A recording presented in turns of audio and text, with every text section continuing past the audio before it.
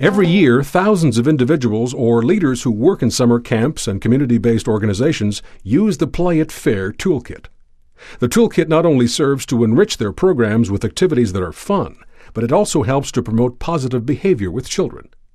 The toolkit promotes 7 fundamental values that stem from the Universal Declaration of Human Rights. The toolkit has 2 sections, the reference section and the activity section. The reference section will help you become familiar with human rights principles and values, and will also provide you with concrete tips for carrying out the toolkit activities effectively. The activities section contains 63 educational activities to use with children. The toolkit is designed to be easy to use both for new and more experienced leaders. Well, it's actually really simple because everything's in like the binder, and so you just read through it and it says how to play it. C'est très facile, c'est très simple à utiliser, c'est pas lourd, c'est très visuel. On peut chercher, ok, je cherche un jeu qui va promouvoir cette valeur-là en particulier ou d'autres valeurs. Alors, on cherche par catégorie. Il y a un descriptif du jeu, il y a la durée, ça donne des trucs comment utiliser, des variantes que tu pourrais utiliser, et aussi des trucs, des questions à poser importantes pour le retour en arrière. Each toolkit activity has 2 parts, the game part and the group discussion part. During the game part, the children have the opportunity to live an experience that's fun and meaningful for them.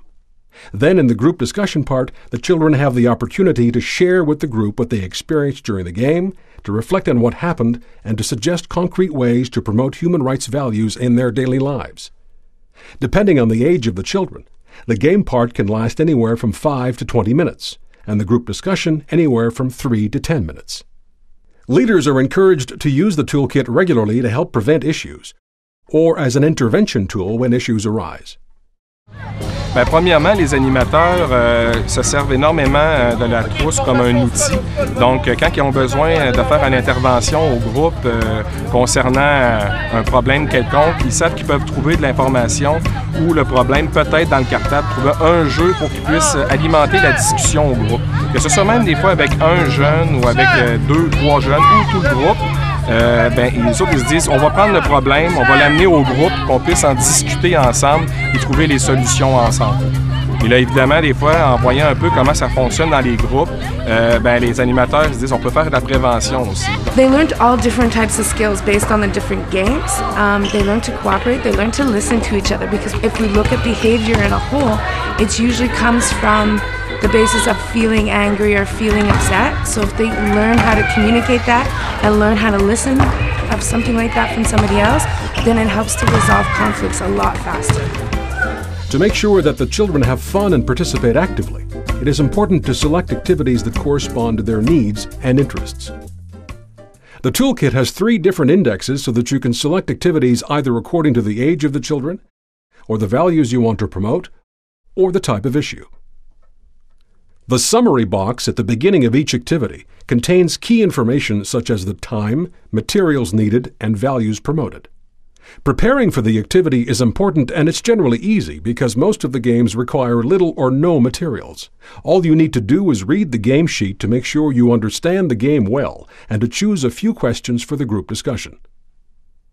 The success of a game often depends on the way it's conducted, so it is important that it's run in a dynamic and effective way.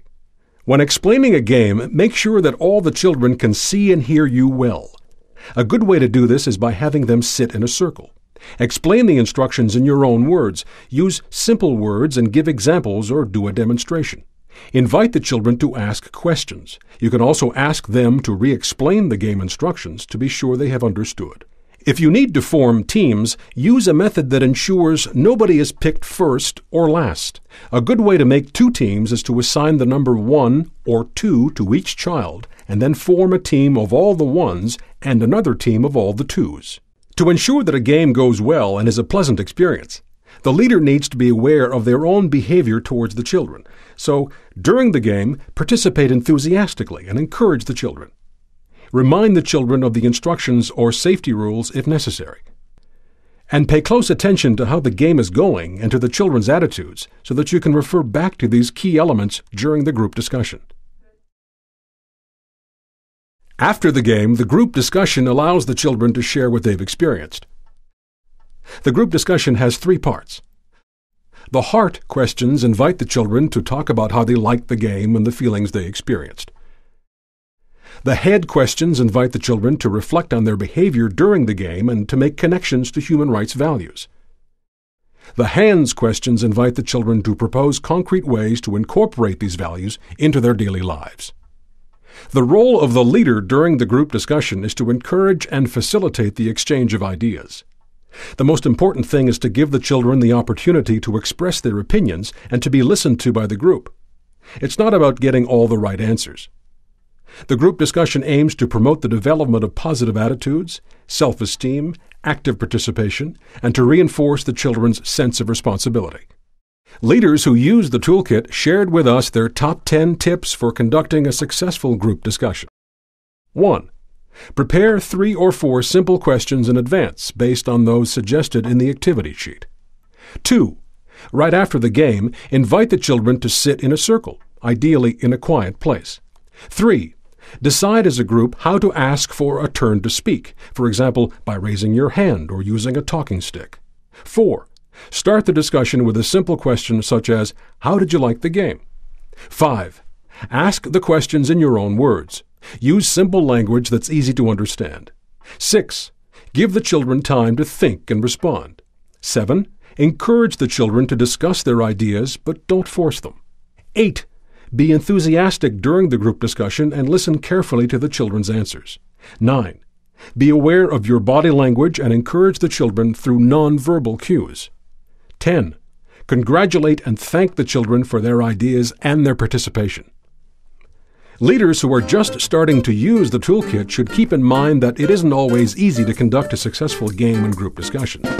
It's normal to run into some challenges, especially the first few times you do it. However, with practice, it will become easier and even more enjoyable to lead toolkit activities. And soon, like thousands of children across Canada, the children in your group will say, "I want to play again."